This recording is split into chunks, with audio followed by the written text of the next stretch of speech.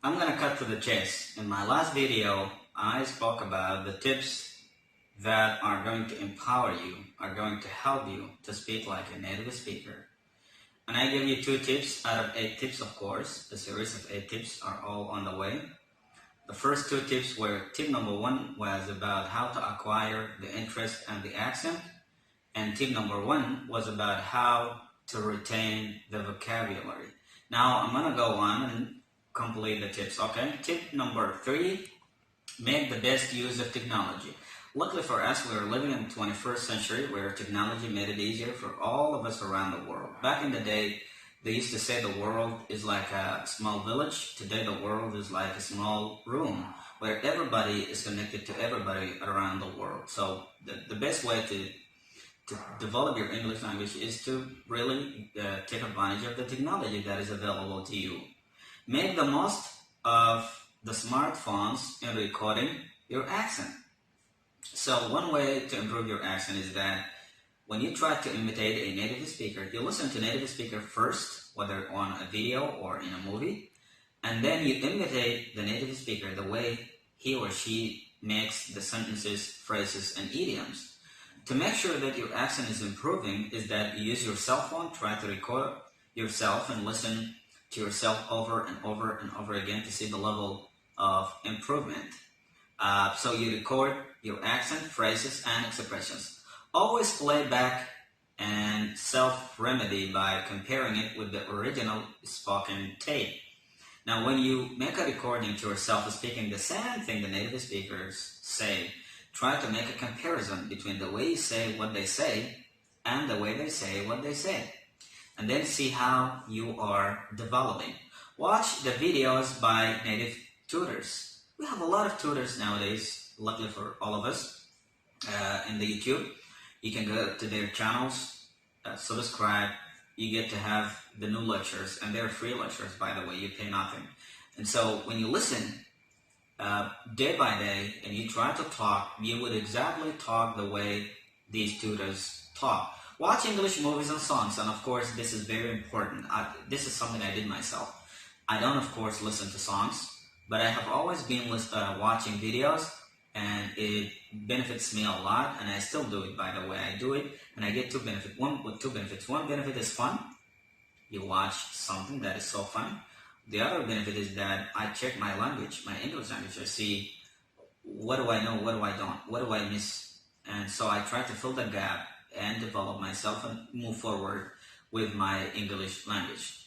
The rhythm, music, lyrics, words, and tune can be immensely beneficial to acquire the native speaker's accent and style of interaction. So many good English language speakers, if you ask them a question about how they got the language, they would tell you one of 2. Either they listen to songs, English songs, or they watch movies.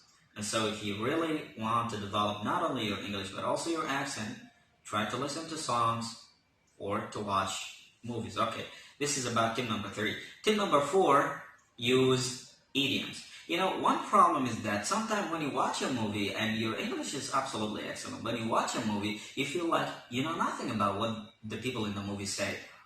The thing here is that it's not because your English is bad, it is because the people in the movie use idioms. And you have never learned these idioms in order to know what these people in the movie say. That's why one step to improve your English is to learn idioms. Native speakers use lots of idioms and phrases in their spoken communication.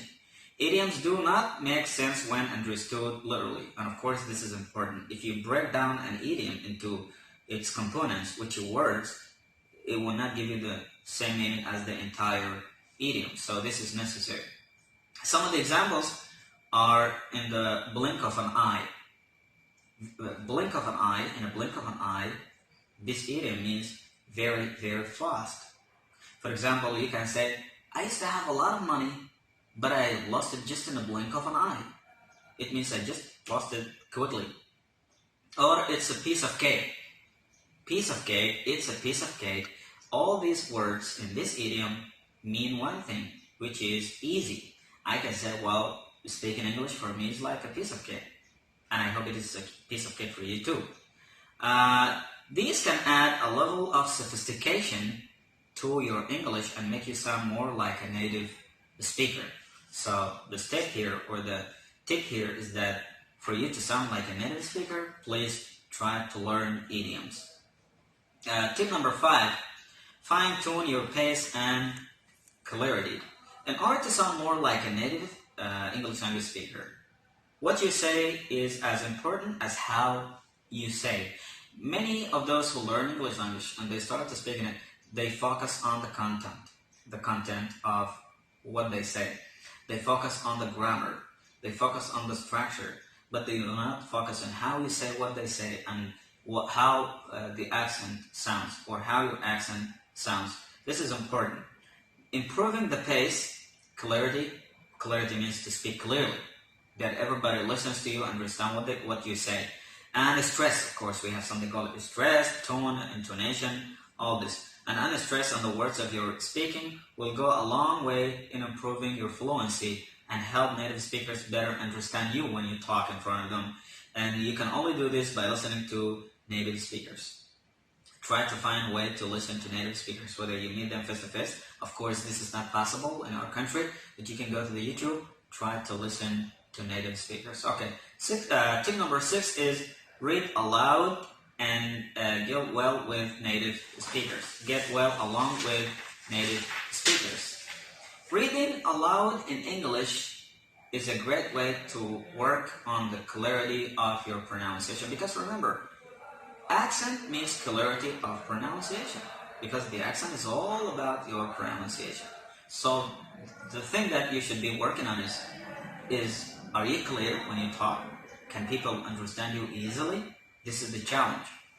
If you have spent enough time listening to native speakers, try to mimic the way they talk. It's all about mimicking the way they talk, which means imitate the way they talk. Try to, imitate all the movements or everything they do when they talk. Allow your voice to rise and fall with the natural flow of the language. This is important. Tip number 7, get the slang. Of course, the slang is a whole different thing. Different native speakers use different kinds of slang in their course of communication. Slangs are like words that can only be used by a specific group of people. For example, the African Americans, they use specific words that only African Americans use these specific words.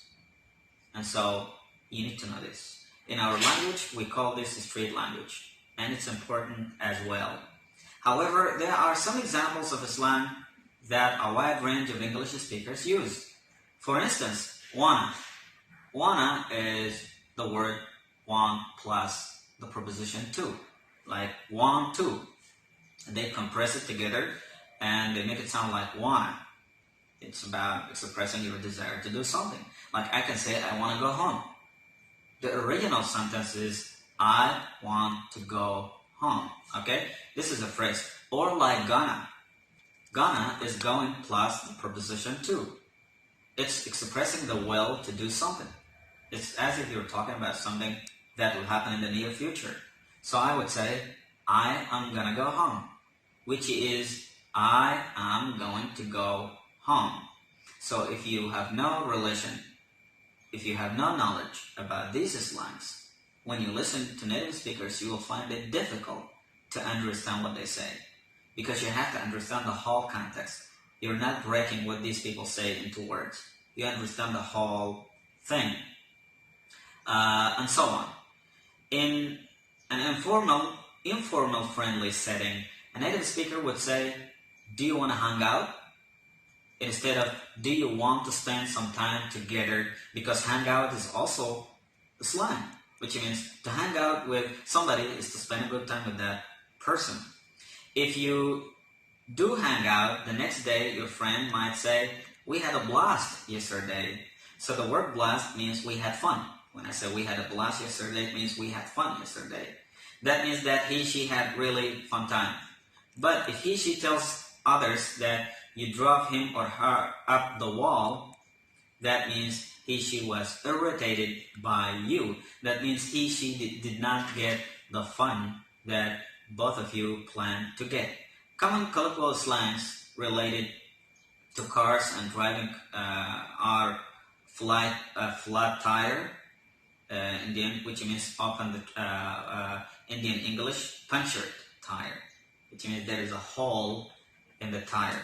Open the trunk, it is open the dicky of the car. Run out of gas, run out of petrol. They use gas, of course, instead of petrol. This is the difference between the American and the British accent. One should listen to such expressions more and more, remember and use them. So even when you listen to these, two things you should do: remember, memorize, and use, which means to practice. Because if you only memorize them, they're not going to help you in anything.